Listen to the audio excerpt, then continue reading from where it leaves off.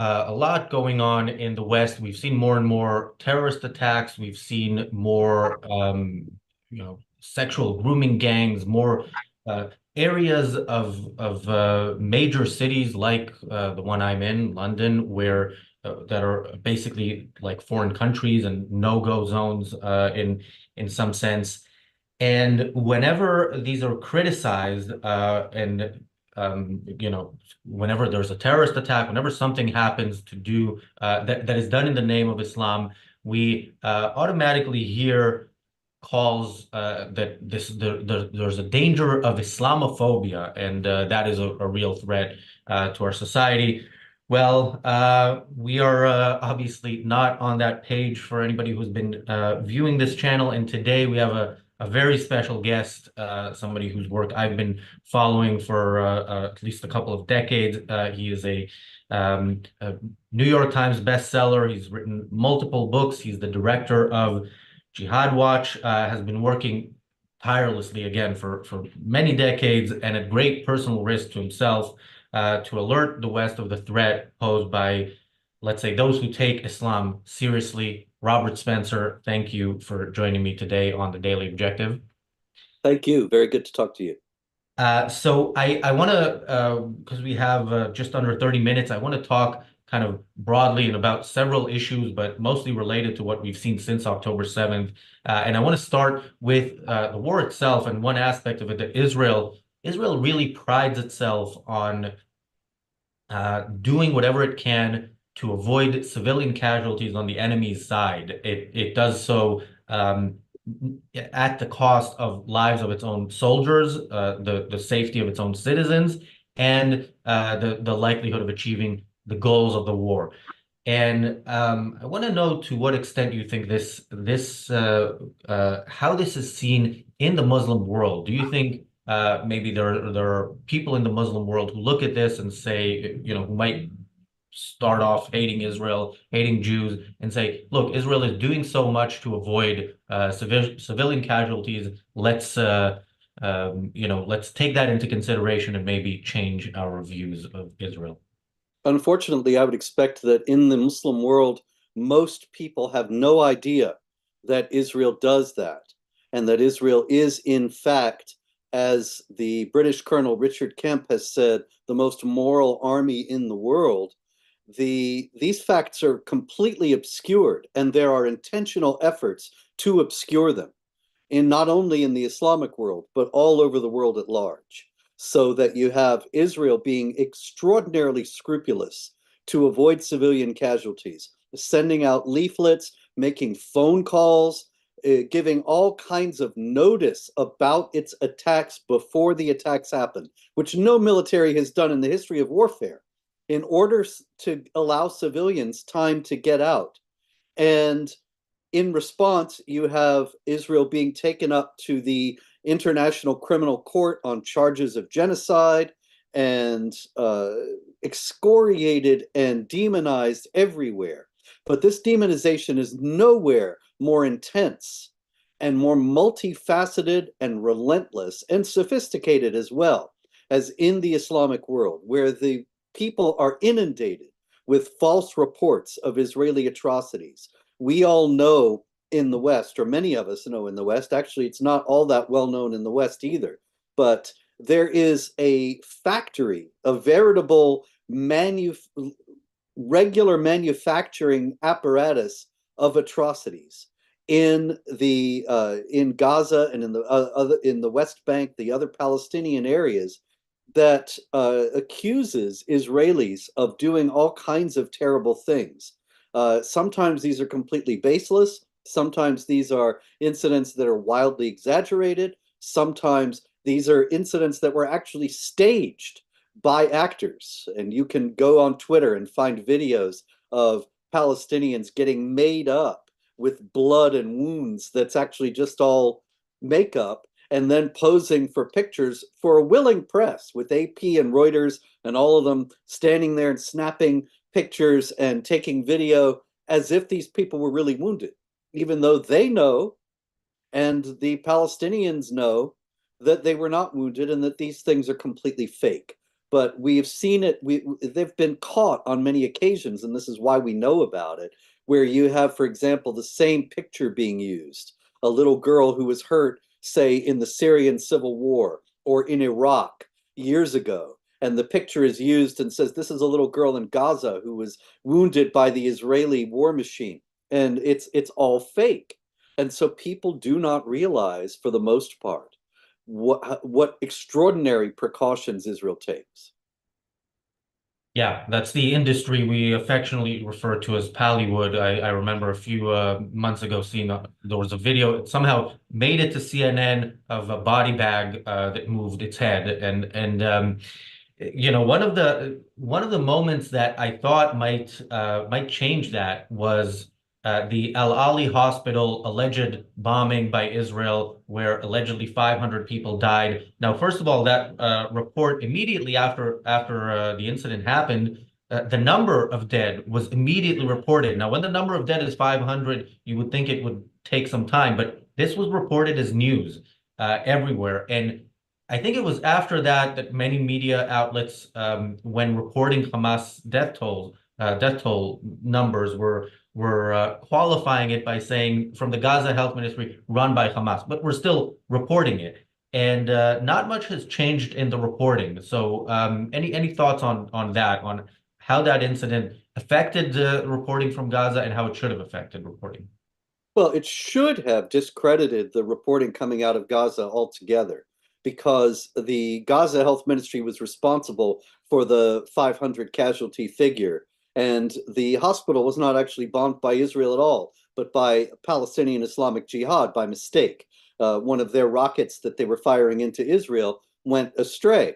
And so that should have been corrected with the same energy and at the same intensity in the media reports as the initial reports were given, but it was not. The most I bet you could still find quite a few people who saw the initial report, did not see the correction, and still assumed that Israel bombed the hospital.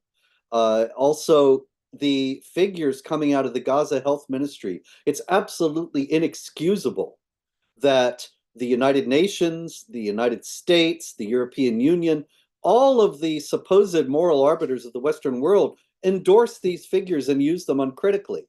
When Salo Eisenberg of Honest Reporting has actually documented, and I went back myself and checked on the UN site, the UN, has a running tally day by day of the casualties in the war. And it's extraordinary because in very small print, if you follow an asterisk down to the bottom of the page, it told you for a while that the source was the Gaza Ministry of Health, but then it changed it to just say Ministry of Health statistics. So you don't know. It sounds official. It sounds reliable, but it's still the Gaza Ministry of Health, which is of course controlled by Hamas, as you noted. And so Eisenberg looked at the figures closely, and they're broken down. You can still see this on the UN site. They're broken down by, they have the total, say 30,000 people killed, including 17,000 women and 5,000 children. So that's the kind of thing that the UN's putting out, and it's every day the numbers change. But Eisenberg caught them one day to the next. There were 300 more total casualties, but 500 more children added to the totals. And so it was very extremely clear that the whole thing was fake. Not only that, but just a few weeks ago, under the weight of the reality crashing in and more reporting being able to come out about how many casualties there really have been, the Gaza Health Ministry revised its numbers downward by about 12,000. Suddenly there are 12,000 people alive who were dead last month. And nobody is reporting on this. I mean, you and I are talking about it. I've written some articles about it. Eisenberg has written about it, some other people, but that's it. You go to AP, Reuters, the New York Times, the Washington Post, CNN, the BBC, they're all still saying 30,000 people killed according to the Gaza Health Ministry. Isn't this terrible? Israel is evil. Yeah, Another thing, I don't know if you saw this. I think it was the IDF who published a few days ago this phone call between somebody in the IDF and somebody whose building was going to be bombed by Israel. So they call him, they talk to him, they say you should get out. There's children there, and he says no. We're happy to die. At some point, the IDF person who was talking to him says, suicide is forbidden in Islam, and then he's like, "You're teaching me Islam." Um, how would that play out in the Muslim world? If I don't know to what extent they that's published there, but if it was, Well, I did see that, and I was sort of sorry that the IDF representatives brought up the Quran because he just became the latest non-Muslim to tell a Muslim what the Quran was all about and how he was misinterpreting it. And the Muslim just regards that with ridicule and contempt because, of course, he knows the Quran far better than the non-Muslim who thinks he knows it. And suicide is forbidden in Islam, but at the same time, the Quran promises paradise, promises paradise. There's no other promise of paradise in the Quran to those who kill and are killed for Allah. And so this guy knew, if he gets killed by the Israeli bombing, he's going to go straight to paradise, particularly if he's killing Israelis at the time. And so he doesn't care about that. But in the Islamic world, they would see this and laugh and say, this guy doesn't know the Quran. Another thing that's very important about this audio tape was that the Muslim said to the IDF representative, we love life more than you love, we love death, sorry. We love death more than you love life. Now that is, excuse me, that's a very common statement that many jihadis the world over have made. And it ultimately actually comes from chapter 62, verse 6 of the Quran, which says to the Jews, if they want to prove that they are the chosen of Allah, let them love death. Now, this is counterintuitive to us in the West. And in the Judeo-Christian tradition, the idea of loving death, it doesn't seem to go with the loving the author of life and being a religious believer.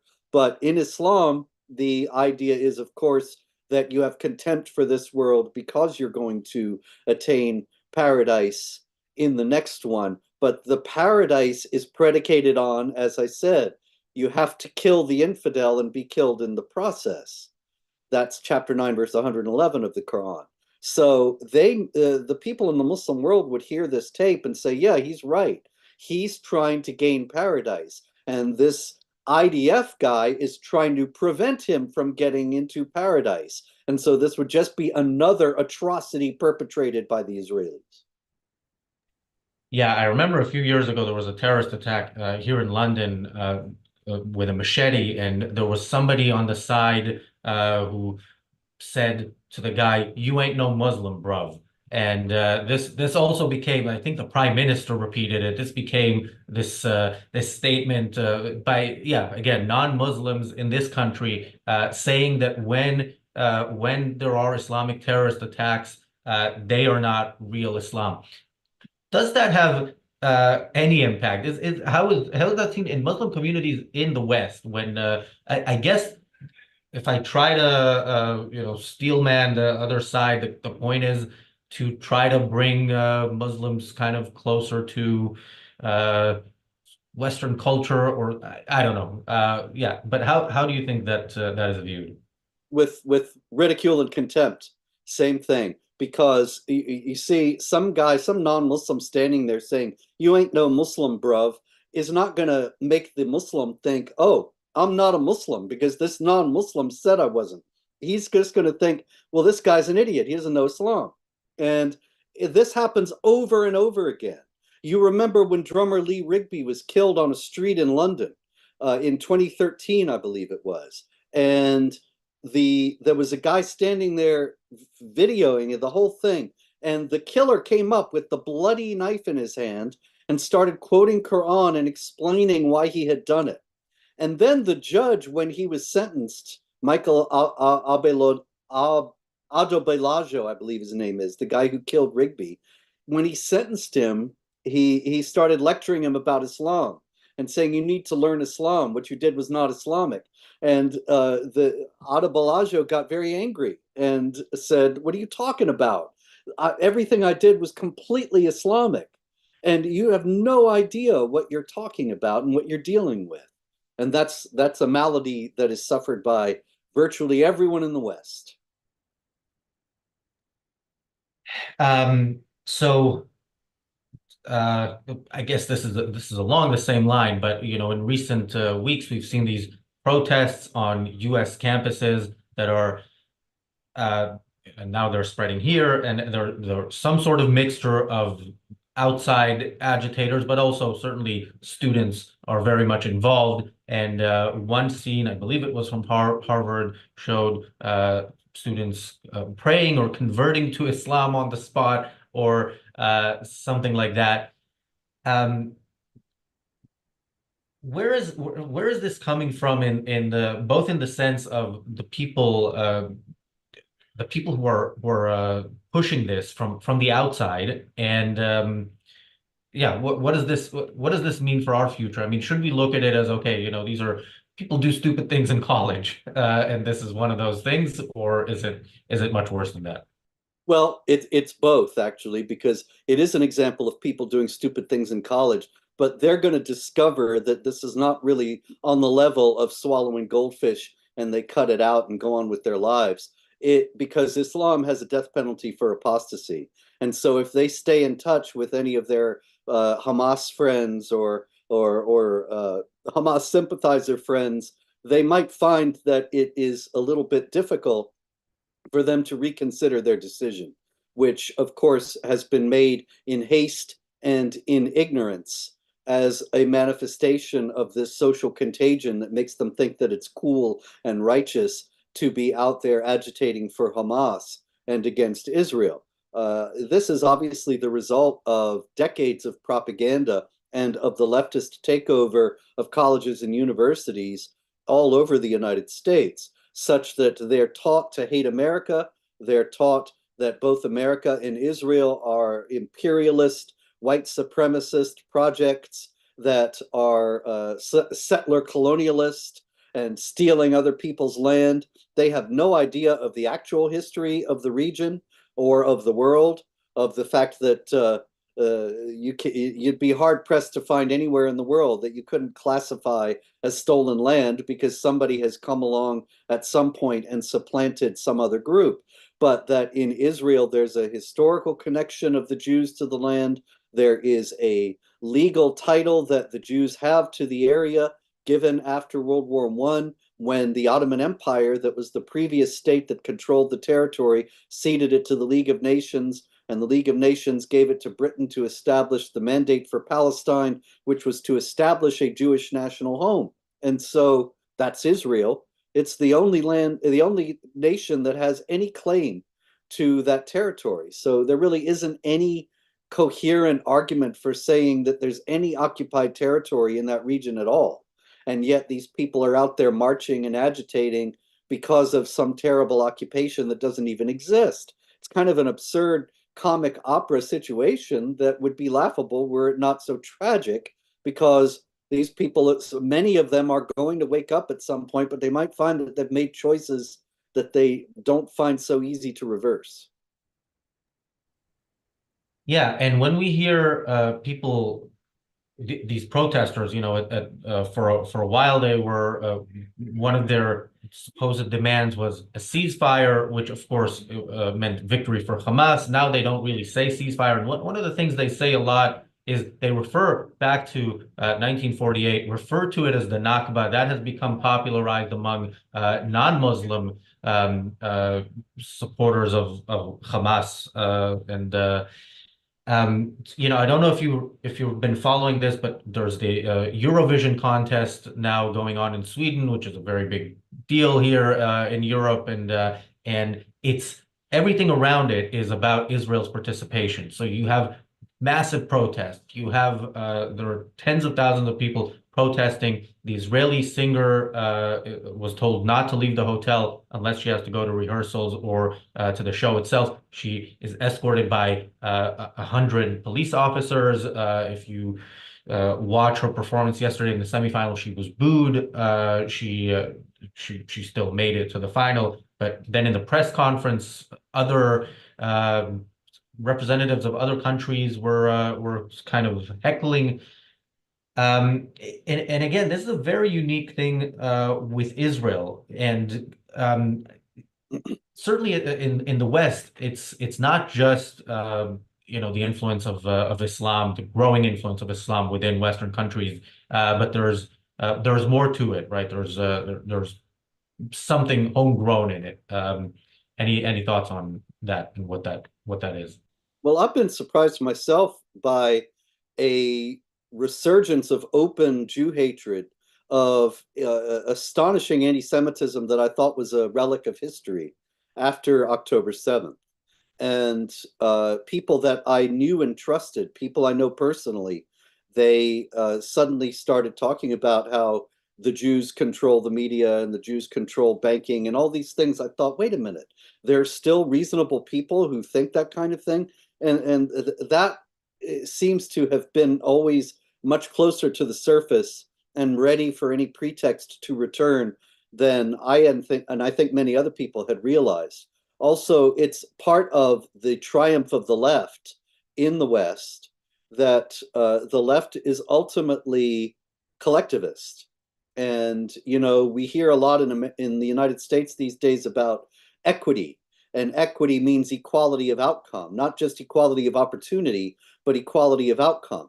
If you're smarter than me, or you're more energetic than me, or something like that, you'll go farther. But the left today wants to end that and put us all on the same level, economically, socially, culturally, and ensure that there's no difference between how much money you make, what your house is like, what your clothes are like, and what anybody else's are. And this is ultimately the socialist vision. You can look at Mao's China in the 1960s and 70s, and everybody wearing the same clothes. So there's no inequity if your clothes are nicer than mine or something like that. And so that's the socialist ideal. And the left is socialist. The culture is socialist today. And what is Israel? It's a particular, it's not collectivist, even though it's born paradoxically out of a lot of socialist individuals. And there are many Jewish leftists. I think they haven't thought this through, that the collectivist impulse of leftism is ultimately completely at odds with the particularity of Israel as an ethnic and religious state for the Jews. That's something the left can't abide. And you might say, well, wait a minute, then why does the left have no trouble with Islam? Because Islam lends itself to authoritarianism. It's Muhammad said, obey the ruler, even if he's an Ethiopian with a head like a raisin. And that's usually quoted as saying, see how terrible and racist Muhammad was? And that's fine, that's true. But more important, I think, is that it's saying, obey your ruler no matter what, even if he's the most outlandish person you can imagine. And so that's why there are authoritarian regimes all over the Islamic world. The left is authoritarian as well as collectivist. So they have no trouble with Islam, but they hate Israel and Jews. I want to quickly thank our super chatters. Thank you, Bonnie. Thank you, Stefan. Thank you, Jonathan. And thank you, Cargo Crew. Do you think a real long-lasting peace is possible between Israel and the Palestinians now, anytime in the near future, or at all with Islam being, so taken so seriously among Palestinians? Yeah, only if the Palestinians were to leave Islam could there be lasting peace, because Islam teaches that any land that was once governed by Islam belongs by right to Muslims forever. Drive them out from where they drove you out. Chapter 2, verse 191 of the Quran. And so the Israelis didn't actually drive them out. The Arab Higher Committee told the Arabs to leave in 1948. But it's become a very widespread myth, the Nakba, as you mentioned before. People take that for granted, that the Israelis drove the Arabs out. So they have a divine command to drive the Israelis out. You can't negotiate away a divine command, and there will never be ultimate peace between Israel and the Palestinians as long as the Palestinians are believers in Islam. There's recent reports that within the next few weeks, several countries, reportedly Slovenia, Spain, Ireland, and perhaps Belgium, will recognize a Palestinian state. What do you think of that generally, but the timing of it? Well, it's ridiculous in the first place because it's rewarding terrorism. That you have this tremendous massacre on October 7th of 1,200 Israelis, and they think that it will be solved by rewarding the Palestinians. That's only going to encourage more violence so they can get more of what they want. But a state will only be a new jihad base for more attacks against what remains of Israel, just like just as that was the result of Israel's withdrawal from Gaza in 2005, which was also advertised as this will bring peace. Thank you, Kelly, for the super chat, and Robert Spencer, thank you so much again for joining us today on the Daily Objective. Where can people find more of your work? Thank you. Yeah, I'm at jihadwatch.org. That is still the world's only news site that's dedicated to jihad news from all over the world, and it's updated many times daily. And I'm at jihadwatchrs on Twitter. I have 28 books on Amazon, including one coming in October that you can pre-order now. It's going to be explosive, I hope not literally. Muhammad, a critical biography. And we'll put the link to that. There's a link to Jihad Watch in the live chat. We'll put all those links in the chat as well. Thanks again, and thank you for all the work you do. We know it's not easy, and it's dangerous work, but it is important if we wanna save the West somehow. So thanks, and thanks everybody for watching. The reality show starts live in a couple of minutes. They will be discussing why pro-Palestinian protesters are Hamas. So stay tuned for that. And thanks again. We'll see you in a couple of minutes.